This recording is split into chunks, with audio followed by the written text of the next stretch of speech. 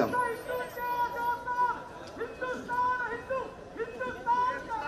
नको प्रवेश नाही.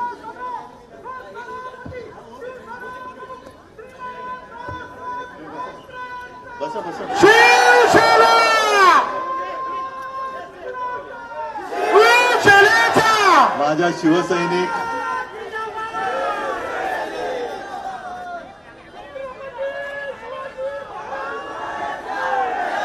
माझ्या शिवसैनिक बांधवांनो, भगिनींनो आणि मातांनो, मी शिवसैनिक बांधवांनो, भगिनींनो आणि मातांनो म्हटल्यानंतर इकडे राष्ट्रवादीचे पण कार्यकर्ते उभे आहेत. ते बघा तिकडनं पण हात करतायत. काँग्रेसचे पण आहेत, आरपीआयचे आहेत, वंचितचे आहेत, आपचे आहेत. म्हणजे सर्व देशभक्त आता एकत्र झालेले आहेत. महाराष्ट्रामध्ये आपली महाविकास आघाडी आहे आणि देशाला वाचवण्यासाठी, देशाची लोकशाही वाचवण्यासाठी जे देशभक्त एकत्र आलेत त्यांच्या आघाडीचं नाव, अरे जाऊ दे दिल्लीपर्यंत आवाज. हा, क्रिकेटच्या मॅचच्या वेळेला काय ओरडतो आपण? इंडिया. बरोबर ना? कारण भारत म्हणा, इंडिया म्हणा, हिंदुस्थान म्हणा, हा आपलाच आहे. आणि या देशाला एक परंपरा आहे, संस्कृती आहे. हिंदुत्वाला सुद्धा एक परंपरा आहे. आपलं हिंदुत्व हे बेगडी नाहीये, ढोंगी नाहीये. आपण भारतीय जनता पक्षाला त्यांच्या ढोंगामुळे सोडलं, हिंदुत्व सोडलं नाही, हिंदुत्व सोडू शकत नाही.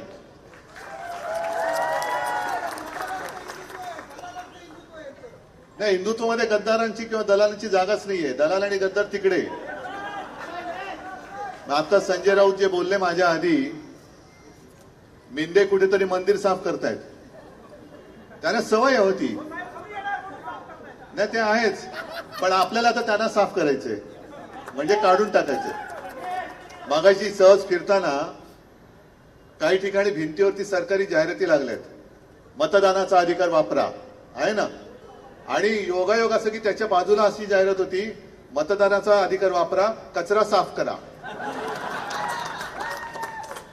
हा फार अर्थपूर्ण आहे. त्याचा फोटो काढून छापला पाहिजे. मतदानाचा अधिकार वापरा आणि कचरा साफ करा. काय ढोंग करतायत, काय नाटकं करतायत. जणू काही यांच्या आधी हिंदू धर्मच नव्हता, तो आत्ताच जन्माला आला. आणि 22 तारखेला यापूर्वी कधी राम मंदिर झालंच नव्हतं.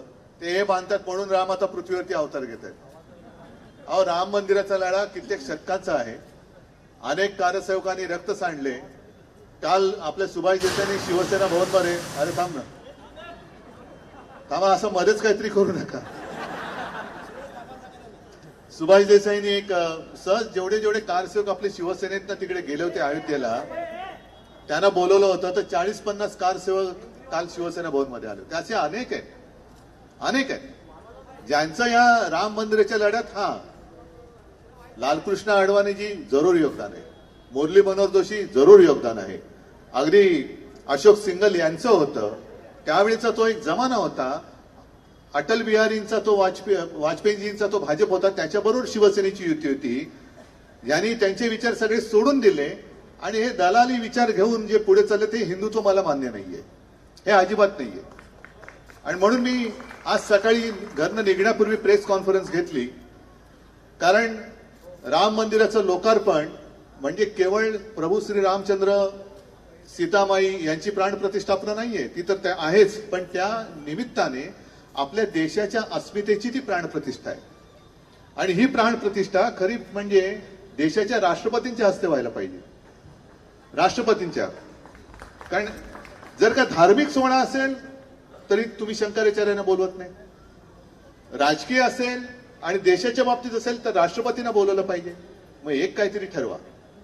ज्याप्रमाणे सोमनाथच्या मंदिराची प्राण प्रतिष्ठापना करताना तत्कालीन राष्ट्रपती डॉक्टर राजेंद्र प्रसाद यांना बोलवलं होतं, तसं द्रौपदीजींना काय बोलवायला काय हरकत आहे?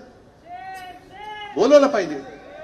आणि म्हणून मी आज जाहीर आमंत्रण, एक पत्र पण आपलं रितसर जाणार, आपले खासदार पण जाऊन भेटतील, महामहिम राष्ट्रपतीजींना दिले की आम्ही 22 तारखेला काळाराम मंदिरात जाणार आहोत. त्याच्यानंतर गोदावरीच्या तीरावरती आरती करणार आहोत. मी राष्ट्रपतीजींना आपल्या तमाम रामभक्तांच्या आणि शिवभक्तांच्या वतीने आमंत्रण देतोय की आपण तिथे या. आणि विशेष म्हणजे काल त्या अटल सेतूचं लोकार्पण झालं. मी आता येताना टीव्हीवर बघत होतो. खरं हा जो रस्ता आहे तो मुंबई ते शिवडी ते नावाशिवा अंतर कमी करण्यासाठी त्याच्यावरनं एकटेच आपले चालत होते. एकाचाच फोटो, बाकी कोणीच असता कामा नये. अटल बिहारी वाजपेयींचा पण फोटो त्याच्यावरती नाहीये, जाहिरातीमध्ये फोटो नाहीये. म्हणून मी आपल्या सर्वांच्या साक्षीने सांगतो की राष्ट्रपती जर का आल्या तर राम मंदिरामध्ये आणि गंगा गोदावरीच्या आरतीमध्ये त्यांच्या एकटीचा फोटो येईल. आमचा कोणाचा येणार नाही, आमचा कोणाचा येणार नाही.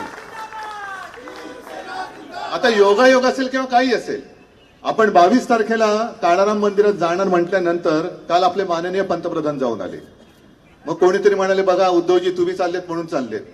म्हटलं आनंदाची गोष्ट आहे. मग तसं आज मी जाहीर करतोय की बहुतेक शक्य होईलच, पण 22 तारखेच्या आधी मी शिवनेरीला जाणार आहे. हे जाहीर करतोय की निदान त्या निमित्ताने तरी का होईना, पण महाराष्ट्रामध्ये जे काही तेज जन्माला आलं त्याला वंदन करण्यासाठी मोदीजी माझ्या आधी तुम्ही आता शिवनेरीला जा. कारण मी केवळ आव्हान आणि डावावरती प्रतिडाव म्हणून नाही करत, डावावरती प्रतिडाव म्हणून मी नाही करत.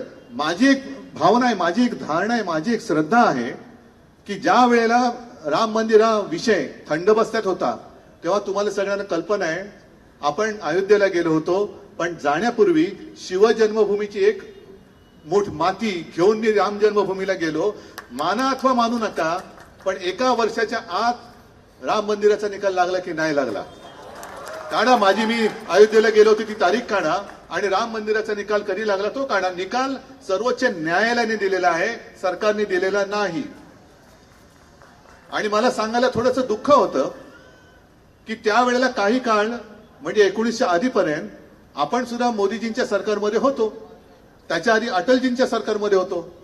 आपली एक अपेक्षा होती की ज्या राम मंदिराच्या मुद्द्यावरनं तुम्ही दिल्ली गाठली त्या राम मंदिराचा निर्णय तुम्ही विशेष कायदा करून घ्या. कोणाची हिंमत झाली नाही. सर्वोच्च न्यायालयाने निकाल दिला, तो सुद्धा 25-30 वर्षांनंतर, म्हणून आज राम मंदिर होतंय.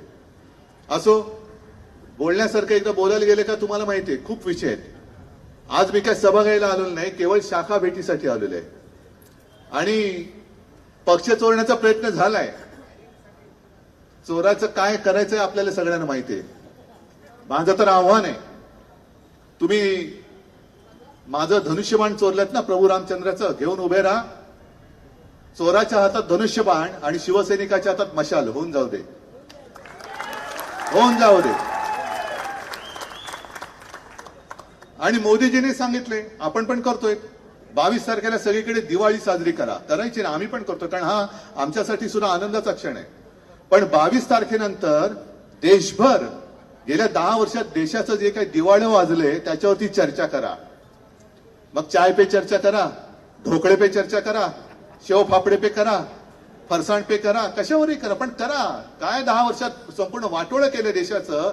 राम मंदिर बांधलंय, आनंदाची गोष्ट आहे, त्याचं श्रेय आम्ही लाटू शकत नाही, त्याच्यात आम्ही घेऊ इच्छित नाही. पण जर तुमच्यामध्ये काही एक आत्मविश्वास असेल तर चाय पे चर्चा केली होती ना, तशा तुमच्या पोकळ घोषणा, योजनांचा पाऊस जो तुम्ही पाडला, योजनांचा नुसका पाऊस आणि अंमलबजावणीचा दुष्काळ, त्याची चर्चा करा. आणि मला खात्री आहे की आज नुसते शाखा भेटी मी देणार म्हटल्यानंतर बहुतेक सगळ्या शाखांच्या ठिकाणी छोट्या छोट्या सभा झाल्यात. आणि हे सगळं वातावरण पाहिल्यानंतर गद्दारांची घराणेशाही आजच गाडली गेलेली आहे. पण मला नुसतं या जोशावरती जाऊन चालणार नाही.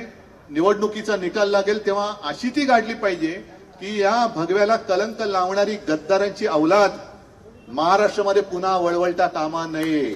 सगळ्यांना धन्यवाद देतो. जय हिंद, जय महाराष्ट्र.